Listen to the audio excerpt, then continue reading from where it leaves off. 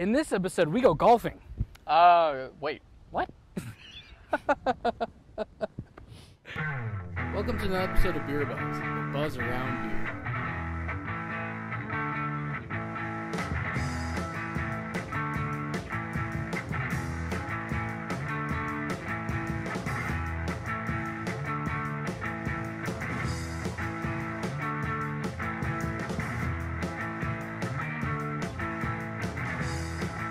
Welcome to another episode of BierBuzz. I'm your host, Jason Doors. I'm your host, Christopher Martin. This week, we're at... Stone Brewing Company. That's right. Escondido location. You guys are going to have a great time. Wait, we're going to have a great time. You're going to have a good time as well. I think so. Follow us as we explore Stone. Let's do it.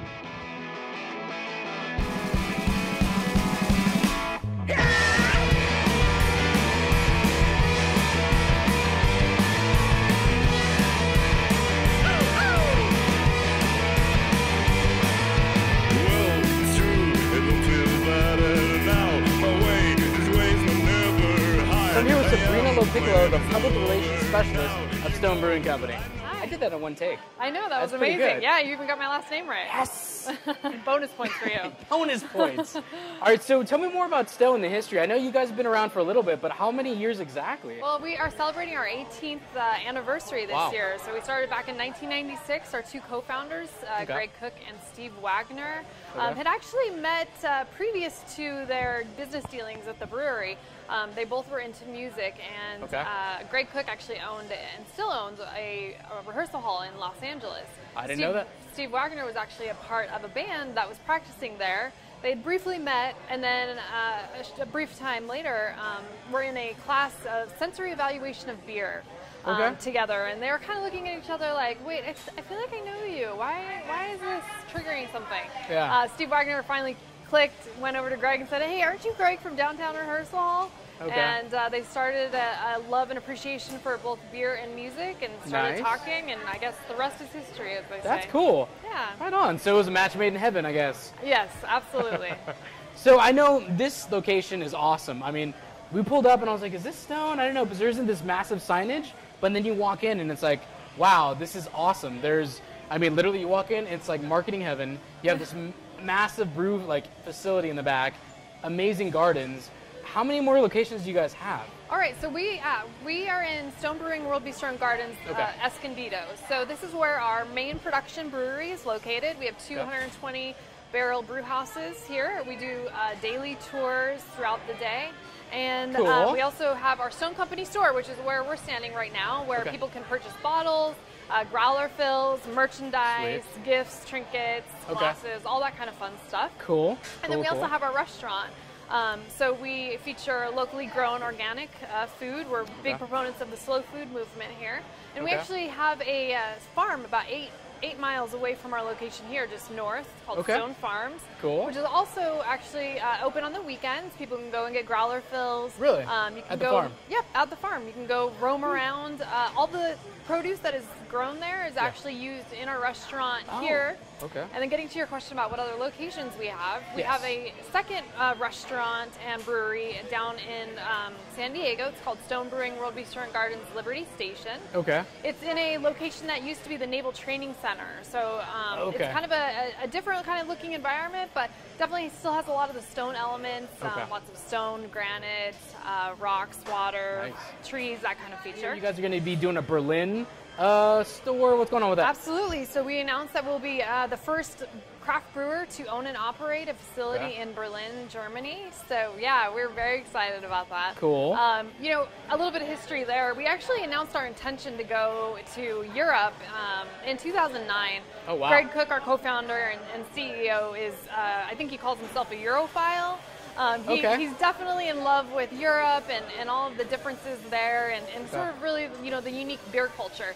It's definitely taken a turn since, you know, obviously kind of beers definitely come from Germany, and you know, they have a lot of great beers that come from there. But, you know, we've taken that and kind of perfected it and grown upon a lot of those styles here in San Diego, and then now we're going to be able to take our beers over there. Right, Berlin, that's crazy. So, we will be opening a restaurant, and then a production brewery, and be looking to anything that we brew there will be to be enjoyed on site are also distributed throughout Europe eventually. Throughout Europe. Yeah. So like as soon as you fly into San Diego, there's stone everywhere. As soon as you fly into Europe, it's stone everywhere. Hopefully, yes. Okay. That's what we hope. But yeah, you know, Greg just got back from a sabbatical in which he traveled the world literally and found that a lot of people were, or a lot of bars and things like that were branding their beers as West Coast style IPAs or San Diego style beers. Okay. Yeah, so I mean, it's a really great indicator that, you know, what we're doing here in San Diego and Southern California. Yes. I mean, you know, yeah, it's absolutely something that is catching on, and I think, yeah, we're really excited to go over there and share what our beers are all about. Cool. So if anybody wants to come out to the Escondido location, which is where we're at, what's the address? Give me some details. Our address here is 1999 Citricado Parkway. I had to make sure there was 3 nines. 1999 Citricado Parkway, Sweet. Escondido, 92029. And as you mentioned, there's no signage. So we're actually just the first right after the hospital. Okay, first right after the hospital. We're kind of a hidden gem, so if you find us, it's like beer mecca. A gem indeed. Yes. And we actually feature, you know, not only stone beers, but we actually have a lot of great guest beers on tap as well, and in bottles. So, you know, we're really a big proponent of supporting other craft brewers here as well. Cool. Right on. Well, thanks again for taking the time. And then just one last question. If they want to follow you, again, Facebook, Twitter, Instagram. Absolutely. We're on all of that. The best resource is actually to go to stonebrewing.com. You can sign up for our email newsletter. It kind of signs you up for insider alerts, and it will get you all the information that you want before anyone else. But we're also on Facebook. It's Facebook/Stone Brewing Co. And then we also have Twitter at Stone Brewing Co. and Instagram at Stone Brewing Co. So all at BierBuzz. Thanks so much. Thank you. All right, take care. Coming down.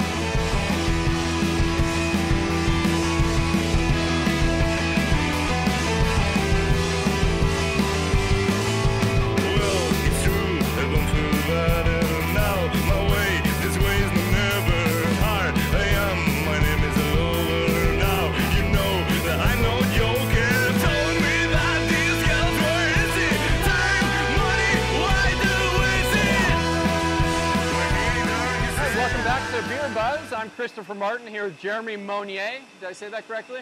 You nailed it. All right, he's the lead brewer here at Stone Escondido. So, Jeremy, basic question, how big is the capacity here? Well, capacity, we're going to end up being about mid 400,000. Right now, this year we'll probably do closer to about 250,000. So we still have a little ways to go. Oh, wow. Yeah.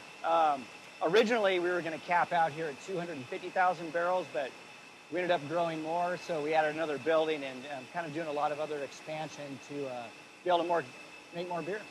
That other building that you added on, that's more of a bottling facility, right? So pretty much all packaging. So we got a brand new bottling line, and we put in a keg line down there. We're moving all of our bright tanks down there. Eventually, all of our centrifuge and filtering and finishing operations will be done down there as well. So how does the beer get from this facility to the other facility? It's magic. Magic? Awesome. I like that. We've got the beer pipeline. The underground beer railroad. Our own railroad. Escondido beer pipeline, that runs, it's in this 4-foot tunnel, basically, and runs down there. And so far, it's worked out great. So excellent. How many different brewing systems are you running here? So we have the 2 main ones. The one that we're standing on now is our original Rolec 120-barrel brew house. And then right over there, it's hard to see through those pipes, is the second one that we dropped in a few years back. And that's also a 120-barrel system. Oh, excellent. Yeah. We also added last year a little 5-barrel system. That's for research and development and just for fun as well. And we also did a 10-barrel system down right by downtown San Diego, Point Loma, a place called Liberty Station. So that's more of a kind of a brew pub type situation down there. Right, right. I've heard a lot about Liberty Station. Haven't had a chance to visit it yet, but one of these days. Go. And it's good to know it's a little 10-barrel system over there. Yeah. And you're doing a lot of different stuff over there, right? Not your standard stone beers. That was the idea. Was, you know, we obviously offer those brews down there. But Chris Ketchum, our brewing manager down there, is just brewing different, you know, beers. So any idea that he wants to do, or any ideas that we want to do that we're not going to do here, He's getting to play, basically. So we need to go down to Liberty Station and see Chris to get the see his take on the Stone beers. Yeah, absolutely. So as lead brewer, do you have a favorite style that you like to brew here? You know, I've always liked stouts. You're a That's stout kind guy? of been my kind of personal thing. But I love IPAs as well, and obviously we do a lot of IPA. Right. It's over half of what we make. So that's basically what we're brewing, you know, every day for the most part, with these other beers like Arrogant Bastard and Pale and Porter thrown into the mix as well. So do you basically brew every style of beer on a daily basis, or throughout the week do you have it set up so one day you're doing one beer or two beers and then another? It's interchangeable. Like I said, we do a lot of IPA, so that's kind of always ongoing. Arrogant Bastard, you know, maybe every few days. We kind of just schedule it out. We're doing a lot more specialty beers this year. We do a lot of collaborations. Right. So those kind of fall in different parts of the year and on the schedule. As a homebrewer myself, can you kind of explain what these different vessels behind us right here are? Yeah. So maybe a little different than your system at home. I'm not sure what you have. It's not nearly this big. Okay. So we have our mash kettle or mash cooker basically right here. Our big flying saucer vessel right here is your lauter tun. Okay. Then we have a kettle, and then we have a separate whirlpool after that. So probably in your homebrew system, you'll just have your kettle, and you'll stir it. We have an actual separate vessel. We've got a troop tank on the end. We also have this vessel that we added a couple years ago. It's called a wort holding kettle. Basically, that allows you to, if you're done, you know, you want a lauter over here, but you have a brew right behind it. Right. You're able to kind of lauter into there. Oh, and okay. then once the kettle is free, you can flip this over. Any advice to homebrewers out there? They want to get into commercial brewing. Are there steps that you take, or do you just go to the brewery and say, hey, I want to brew? That's a good question. You know, there's a lot of different avenues to get into this business, obviously. You know, I think perfecting your craft at home is great, but eventually you're probably going to want to try to get some kind of professional experience. Going to any of the brew schools or any of the brew programs, or even some of the short courses, I think that's good to have under your belt as well. Any kind of volunteering you can do, any kind of internships that you can do, either apart from the schools or away from the schools, I think all of that is really good. At some point, you're going to have to just try to get in there somehow. You know, a great place to start, like at Stone, is the bottling line or the kegging line. Kind of a more entry level, but kind of starting on that into packaging is a great intro. Plus, it gives you the experience of working on a larger scale, working with hoses and clamps, kind of more of that bigger production style. Okay, gotcha. Does Stone offer any kind of internships, or? We do for some of the brewing schools. We kind of have a couple internships every year that we do. And we're growing so fast that we're hiring quite often. So there's often assistant brewer spots available, as well as the packaging stuff that's available.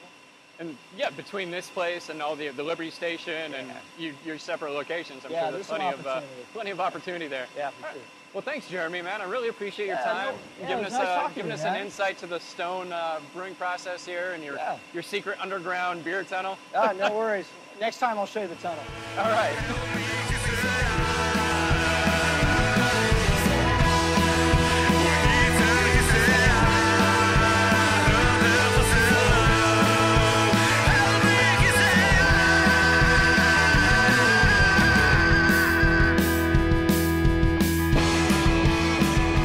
Hey guys, so we're here with Dr. Bill, the man himself. Welcome on the show. Hey guys, thanks for having me. Thanks, man. So we got some stinky cheeses and some beers. What do we got? Well, you know, beer is by far the most versatile of all alcoholic beverages to pair with food. You guys were aware of that, I hope? Yep, I am now. Okay. And beer and cheese are really an exceptional pairing together. Any guesses as to why? You didn't know you were going to be working on this interview? No, you know what? Honestly, when I think cheese, I think wine. I've never really thought about beer. Yeah, no, that's a dirty little secret. Most cheeses don't go with wine, actually, because of the high pH balance. Beer and cheese, on the other hand, is a match made in heaven. Why? What's beer made out of? Grains. Yeah. What do goats, cows, and sheep eat? Grain. Sheep. They eat grain or grasses, which are grain. Cool. And so That's why you get a lot of those flavor profiles. Okay. So we have some amazing cheeses here. First of all, we have Old Sierra, which is Italian pasteurized goat cheese right there. That's with the blue, purple one? and so it's a blue cheese, but it's also washed. A lot of times what they'll do is they'll take a brine or something to wash the outside as it ages, and this is with fruit. They use various fruits, so it looks like it could be plum perhaps, but they definitely use fruit. The next cheese is Paulette. It's from Vermont. It's an American cheese, and it's a raw cow's milk cheese. We call that a firm cheese, semi-firm. The next cheese is kind of like a triple cream brie. It is St. Stephen, and that is also an American cheese from Jersey cow's milk from New York. And then we have Sunlight, which is a pasteurized goat cheese. And a lot of times goat cheeses are very soft like this, right, but they can also be firm. Like I've never seen a firm goat cheese before, ever. Yeah, and then we have some of our seasonal figs, and we do these little jams, which are great with fresh fruit and some green apple, of course. So with cheese, they're very complex in flavor. Beer, likewise, being very complex. We have 3 great beers here. Okay. We have, all the way to your right, we have our, well, my right, maybe yours, we have our Stone Saison. It's a 6% Saison that we do as part of our Rotator 6-pack series that we put out. It's quite fabulous, quite clean. Then we have our Stone Kelly Belgique in the middle. Our Stone Kelly Belgique is, of course, our classic Stone IPA, 6.9%.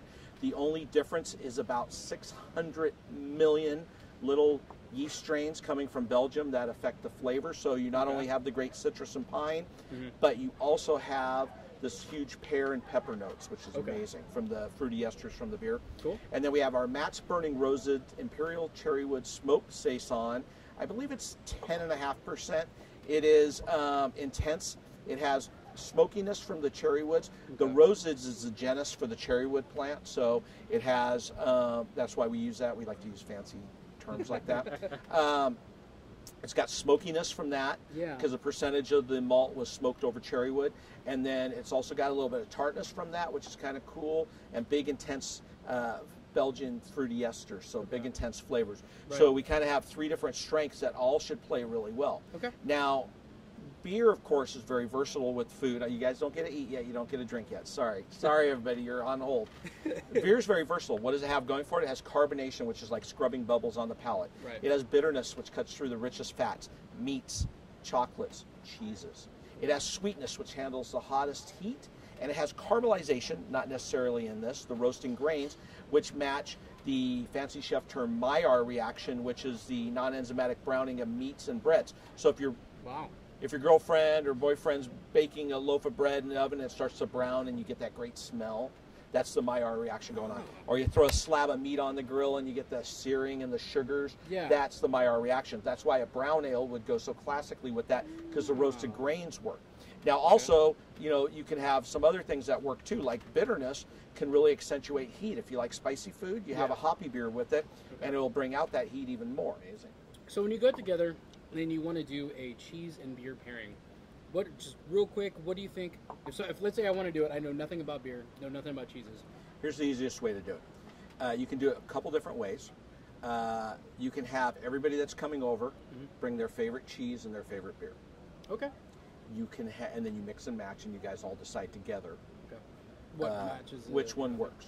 Or you can pick a bunch of different cheeses up and have everybody bring a couple different beers, and you can sit down and try them and do that. Or you can do one style of beer with a lot of different cheeses. For example, blue cheeses.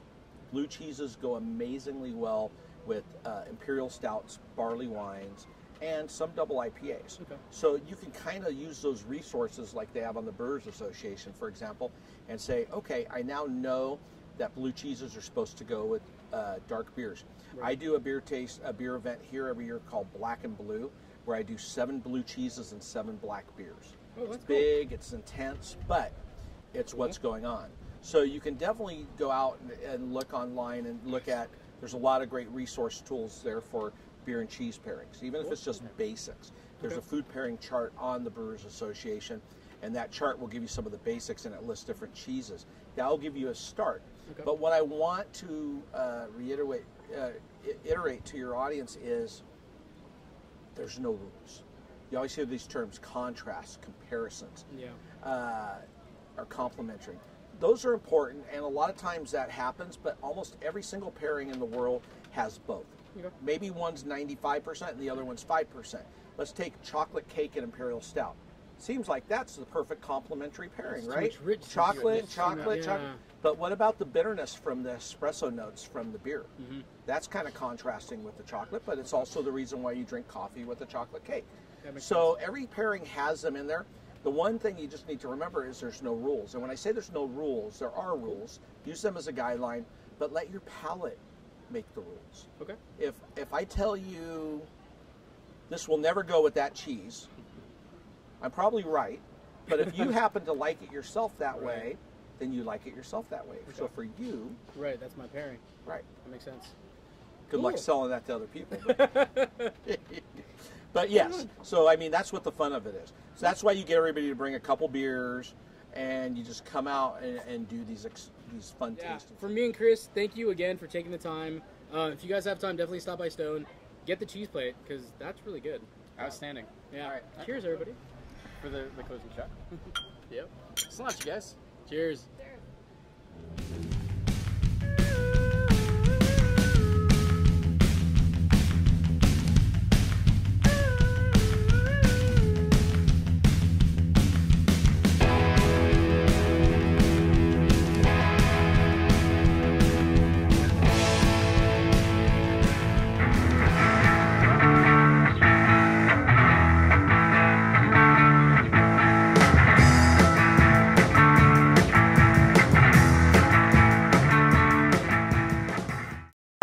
This week we're at Stone's Escondido location. As opposed to the Liberty Station. As opposed to the Liberty Station. Let's do it. Let's do this. Let's get stoned. Jeremy Monnier. Monnier. In this episode, we talk food And go golfing.